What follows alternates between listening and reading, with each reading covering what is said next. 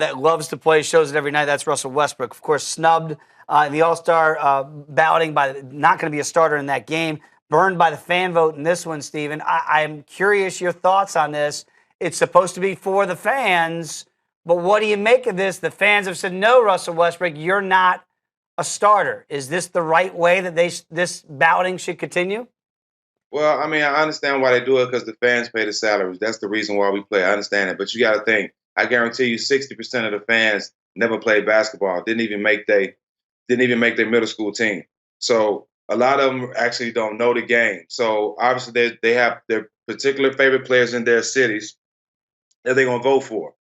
It doesn't make a big difference if Russell Westbrook starts in my mind, but it's simple fact that everybody that knows the game, played the game, you guys know that if anybody needs to be starting in this game, it's Russell Westbrook and James Harden. They should be shoe-ins. They should be shoe-ins. I don't care what conference, what Eastern Conference, what they should be shoe-in starters. But at the same time, it's good that the fans can have a hand in it because it's good for the game. But anybody that knows the game, Russ and Jay Harden, guaranteed starters. Yeah, I think it's because the game's for the fans. Then Zaza Pachulia should make the All-Star game. He got all the votes.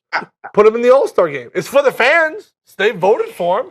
Look, Stack 5 got snubbed, Steven. This happened to you, right? When the fans didn't vote you in, you should have been an All-Star. And it's like, okay, yeah, I get it. It's great to have the fans involved, but sometimes you're not having the right guys play the game or starting the game in this case. Yeah, that's why, to me, I think the credibility of being an All-Star, it means nothing. I mean, Russell Westbrook's having a historically great season. For him not to start in the All-Star game, like Steven said, it's a joke. I think it taints the game a little bit. And if I was Russell Westbrook, there's only one thing you could do during the game. Just not pass to anybody on Golden State. I would freeze out all those guys. I mean, screen. Just I've never passed any of them.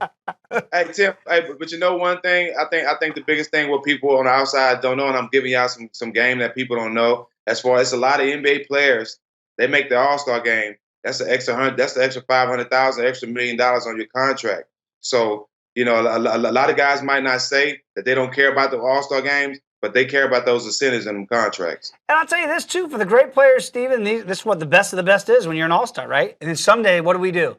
Oh, is he a Hall of Famer? Well, he's a 12-time All-Star.